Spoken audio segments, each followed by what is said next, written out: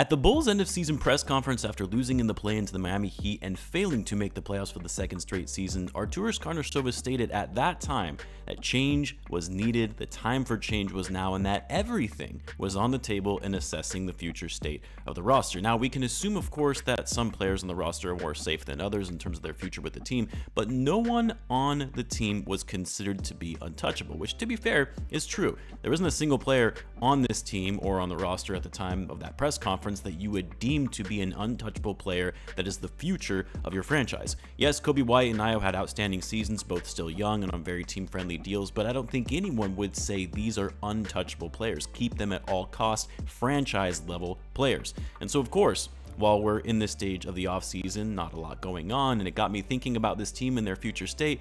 And I went back to this notion of everything being on the table for the Bulls this offseason. And while, yes, I'm fully aware the Bulls are likely done making any changes this summer, sans a Zach Lavine trade, which I think even that is unlikely at this point. And yes, I'm fully aware that the title and topic of this video alone is going to drive people nuts and instantly hit the thumbs down button before even watching it. But nonetheless, you guys know I'm always going to talk about what's on my mind, whether it's a popular opinion or not. But all of this got me thinking about Coby White, the man who just had one of the most impressive seasons of his career, runner-up in Most Improved Player of the Year voting, and likely should have won that award, went from being a role player on this team to a legitimate starter and second scoring option. All of this, of course, after the Bulls signed him to an incredibly cheap deal at 3 years, $33 million as a restricted free agent. And because Coby's value is at its peak right now, coming off the season that he just had, it got me thinking, what if the Bulls traded Coby White? What would he return in a trade? And would trading him even make sense at this point in the current state of the team? So before you freak out at me in the comments, hear me out on this one. So what's going on, everyone? You're listening to Bulls Central here. Hope you're all doing well. Now, I want to be clear before I even go further into this video. I am by no means suggesting the Bulls should trade Coby White. Coby was literally one of my favorite players from this past season. Literally went from being one of my least favorite players to a favorite in a matter of 2 seasons. I personally think, given the pivot and the direction the Bulls are making and going down a youth movement, keeping Coby White absolutely makes sense, especially if the Bulls are still trying to go down this path where they take a small step back and look to try and get back to being competitive in the near future. You're going to need a player like Coby White in that instance. That said, I am curious what Coby White's trade value truly is throughout the league. And I actually posed this question to you guys on Twitter asking what you thought Coby White would fetch in a trade, and I got a pretty wide array of responses, from 3 first-round picks to some saying there probably isn't that much of a market for him because despite his talent, guard rotations for most teams around the league are pretty set. And I can see the varying opinions on this depending on how highly you value Coby. But before I get into understanding what Coby's trade value truly could be in the NBA, you obviously have to call out the kind of player he is and what he brings to the court. Coby is obviously a very gifted player offensively. He's improved so many aspects of his game, from his shooting, ball handling, court vision, decision making. He can play on and off the ball, which makes him more versatile of a scorer with his ability to create his own shot, but also moving off the ball in the catch and shoot. And yes, Coby's defense is not the best. We all know this. But even on the defensive end of the ball, he has improved his overall on-ball defense, and unlike a lot of top offensive players in the league, he actually tries on that end and gives maximum effort.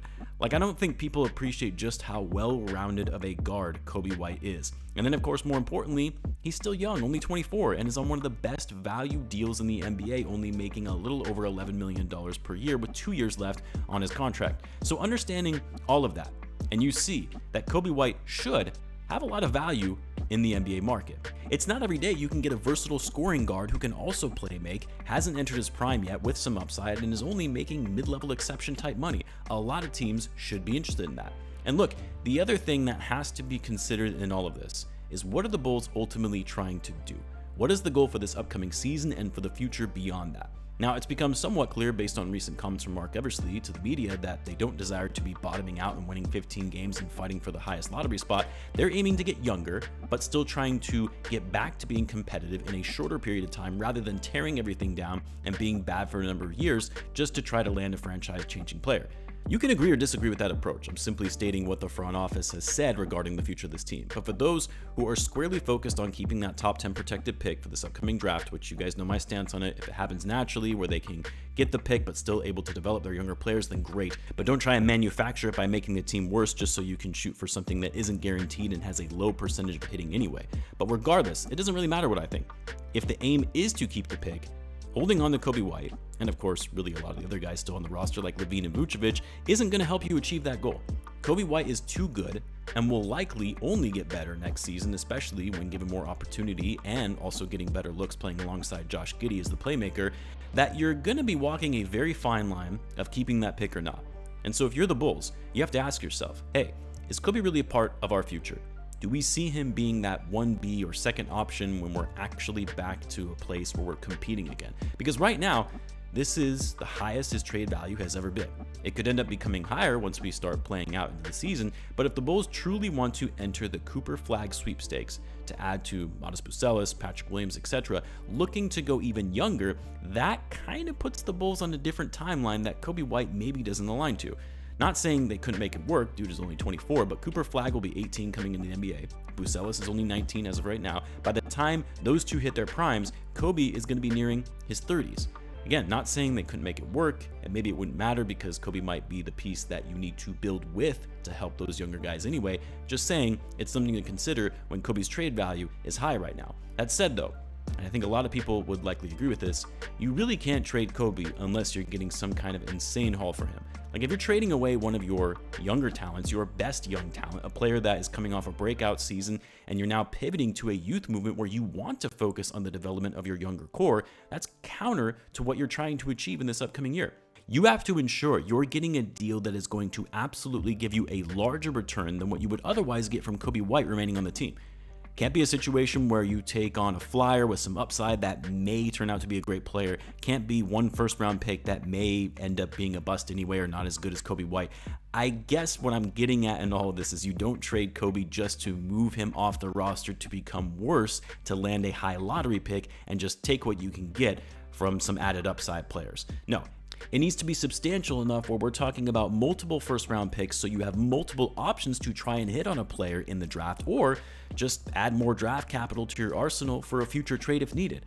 And even a young player or two with some upside should be included in the package. I know it sounds like a lot, and probably not at all realistic, especially when we know this front office hasn't been the best at negotiating deals in the past, see the Alex Caruso trade, but in my view, that's the only way where it becomes worth trading Coby White.